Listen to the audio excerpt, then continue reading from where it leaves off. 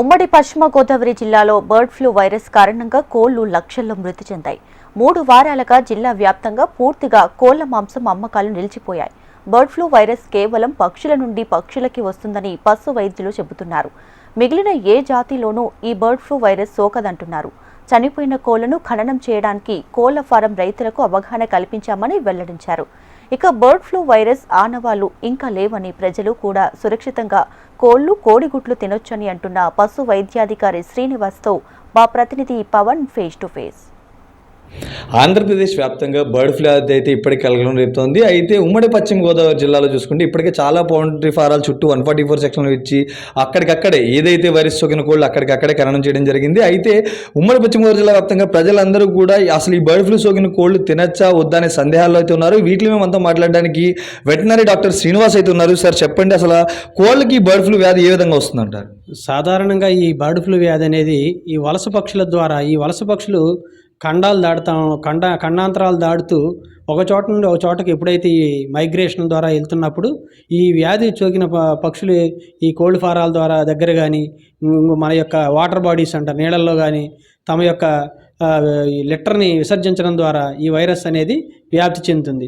సాధారణంగా ఈ bird flu virus ఈ పక్షుల నుంచి పక్షులకే ఎక్కువ శాతం 99.99% పక్షుల నుంచి పక్షులకే వ్యాపిస్తుంది తప్ప మనుషులకి రావడం అత్యంత అరుదు. ఒకవేళ వచ్చినప్పటికీ కూడా మా యొక్క బర్డ్ ఫ్లూ వైరస్ కూడా ఇన్ఫ్లుయెంజా వైరస్సే కాబట్టి మనకి ఏదైతే మా మనుషుల్లో జలుబును కలగజేసి ఇన్ఫ్లుయెంజా ఏ వైరస్ ఏదైతే ఉందో అదే వైరస్ రకానికి చెందిన వైరస్ కాబట్టి మనుషులకి సాధారణంగా ఎటువంటి ఇబ్బంది లేకుండా ఉంటుందండి ఈ యొక్క బర్డ్ ఫ్లూ వైరస్ వల్ల. సో అయితే ఇప్పటికే ఈ కోళ్ళు చనిపోయిన కోళ్ళు అన్నింటినీ కూడా ఖననం అక్కడే చేస్తున్నారు పౌల్ట్రీలు. అదేవిధంగా వీటిని కొన్ని కాలువల్లో కూడా చూస్తున్నాం. అయితే దీని ద్వారా చేపలకు వచ్చి దాని ద్వారా తద్వారానే వైరస్ వచ్చే అవకాశం ఉందంటారు.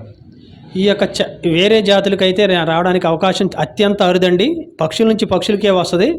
అయినా ఈ కాలువల ద్వారా కూడా సదరు పంచాయతీ అధికారులు కావచ్చు, మరియు జిల్లా స్థాయి అధికారులు, మరియు ప్రతి మండలంలోని మండల పశు వైద్య అధికారులు అందరం కూడా రైతులకు సరైనటువంటి అవగాహన, శానిటేషను, డిస్ఇన్ఫెక్షను లాంటివి ఏ విధంగా స్ప్రే చేసుకోవాలి, ఎలా చేసుకోవాలి, చనిపోయిన పక్షుల్ని ఏ విధంగా ఖననం చేయాలి, ఇవన్నీ కూడా మేము అనేక రకాలైనటువంటి ఫామ్ టు ఫామ్ కూడా తిరిగి రైతులందరికీ కూడా అవగాహన కల్పించాం.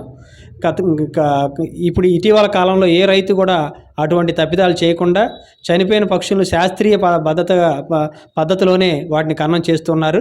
కాబట్టి ప్రజెంట్ మనం అటువంటి విషయాలు కూడా ఎక్కడా కూడా మనం చూడటం లేదండి. అయితే బర్డ్ ఫ్లూ వచ్చిన కోళ్ళని తినకూడదు, లేకపోతే ఇన్ని డిగ్రీస్లో దీన్ని ఉడికించుకు తినాలని ప్రజలకైతే కొన్ని రకాల అపోహలు, సందేహాలు అయితే ఉన్నాయి. సో దాని మీద ఏం చెప్తారు? అసలు వీటిని తినచ్చు అంటారు? ఈ యొక్క బర్డ్ ఫ్లూ అనేది ప్రజెంట్ మనకు ఒక చోట ఐడెంటిఫై అయింది. అక్కడ కిలోమీటర్ పరిసర ప్రాంతాలు మనం ఖననం చేశాము. ప్రజెంట్ అయితే ఈ బర్డ్ ఫ్లూ ఆనవాళ్ళు ఇంకా లేవు. ప్రజలందరూ కూడా సురక్షితంగా గుడ్లు తినొచ్చు, చికెన్ తినొచ్చు, ఎటువంటి ఇబ్బంది లేదు. ఉడికించుకోమని ఎందుకు చెప్తున్నామంటే ఏదన్నా వైరస్ పార్టికల్ ఫెటాల్ ఏమైనా ఉన్నా కూడా అవి పూర్తిగా కూడా నిర్జీవం అవుతాయి కాబట్టి అటువంటి ఇబ్బంది ఏమి లేకుండా ఉంటుందని ఆ మాట చెప్పడం జరుగుతుంది. సో ఇది ఇక్కడ చెప్తున్నారు. పూర్తిగా అయితే కోళ్ళని తినొచ్చు, గుడ్లను తినొచ్చు. ఎందుకంటే ఇప్పటిదాకా వైరస్ వచ్చిన కోళ్ళు అన్నింటినీ కూడా అక్కడికక్కడే ఖననం చేయడం జరిగింది. ఒక జాతి నుంచి ఓన్లీ పక్షి జాతికి మాత్రమే కోడికి వస్తుంది తప్ప వేరే జాతులకి అయితే ఈ బర్డ్ ఫ్లూ వ్యాధి అయితే సోకే అవకాశం లేదు. ముఖ్యంగా చూసుకుంటే మనుషుల్లో కూడా ఈ బర్డ్ ఫ్లూ వ్యాధి సోకే అవకాశమే లేదు. కాబట్టి ఖచ్చితంగా నిస్సందేహంగా ప్రజలందరూ కూడా కోళ్ళను తినొచ్చు, గుడ్లను తినొచ్చు అని డాక్టర్స్ అయితే చెప్తున్నారు. ఇది ఇక్కడ ప్రస్తుత పరిస్థితి. మనం సురేష్తో పవన్, HMTV, ఉమ్మడి పశ్చిమ గోదావరి జిల్లా నుండి.